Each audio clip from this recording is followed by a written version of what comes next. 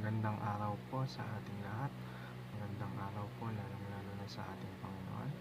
Ako nga po pala si John Robin Medina at ngayong araw po, March 3, 2025, araw ng Lunes ay samahan po ninyo akong pag-aralan at unawain ang mga salita ng ating Panginoon. Ang paksa po natin ngayong araw ay Paano Lumalim sa Biblia, Special Series 7 of 10, Mosaic Covenant. At ang paksa po natin ay magmumula sa Exodus chapter 24 verse 7 to 8. Sinasabi po rito, Then he took the book of the covenant and read it to the people. They responded, We will do everything the Lord has said. We will obey. Moses then took the blood, sprinkled it on the people and said, This is the blood of the covenant that the Lord has made with you in accordance with all these words. O sa Tagalog naman po, kinuha niya ang aklat ng tipan at binasa ng malakas. Sabay-sabay namang sumagot ang mga Israelita.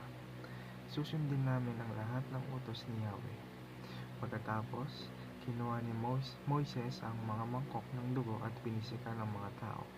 Sinabi niya, ang dugong ito ang siyang katibayan ng pakikipagtipang ginawa sa inyo ni Yahweh sa pagbibigay sa inyo ng kautosang ito. At mapunta naman po tayo sa ating katutuan ngayong araw. Unang-una, before ko po ipahayag ang katutuan natin ngayong araw, ang katutuan ay may kinalaman sa The Mosaic Covenant. Unang-una, the law is a mirror.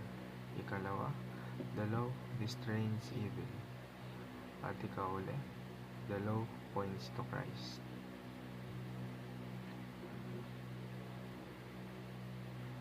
At para naman po sa ating applications ngayong araw, unang-una, do not judge others because we are all equal. Diyos lang ang may karapatang humusga sa atin at wala tayong karapatang husgaan ng ibang tao dahil sa mata ng Diyos pantay-pantay tayo. Tsaka hindi rin natin sila pwedeng husgahan dahil lahat naman tayo nagkakasala, nakakagawa ng mali. Sa ikalawa, abandon your old self, discover your new self. Kumbaga, sabi nga sa discipleship, di ba? Turn away the Bible calls you. Kumbaga, talikuran na natin yung old self natin, iwan na natin yung mga pagkakamaling nagawa natin. It's time na baguhin na natin yung sarili natin, i-discover na natin, tuklasin na natin yung bagong tayo, free sa pagkakasala.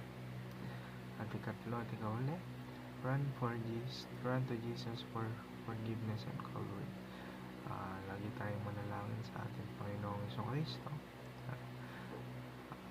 para sa pagpapatawad ng kasalanan natin at sa pagprotekta sa atin laban sa anumang kapamakan at mga tukso at banta na nasa paligid natin. Tanging sa Panginoong Jesus lang tayo dapat lumapit. At para naman po tapusin ang ating devotion ay samahan niyo po ako sa isang maikling panalangin. Lord, thank you for giving us your law as a mirror to reveal our hearts. I see my sin and my need for your grace. Help me not to judge others, knowing we are all equal before you. Teach me to let go of my old self and embrace the new life you have for me. When I fall, remind me to run to Jesus for forgiveness and covering. In Christ, I am chosen, forgiven, and loved. Thank you for your mercy that never fails. In Jesus' mighty name, Amen. Yun lamang po para sa araw na to. Lord, maraming salamat po. Maraming salamat po sa Panginoon natin. At patuloy po natin siyang papurihan at pasalamatan. Papasalamat din po ako kay Pastor Russell Ocampo na siyang nagbahagi ng mga salita ng ating Panginoon. Yun lamang po. Muli, maraming salamat po. God bless us all.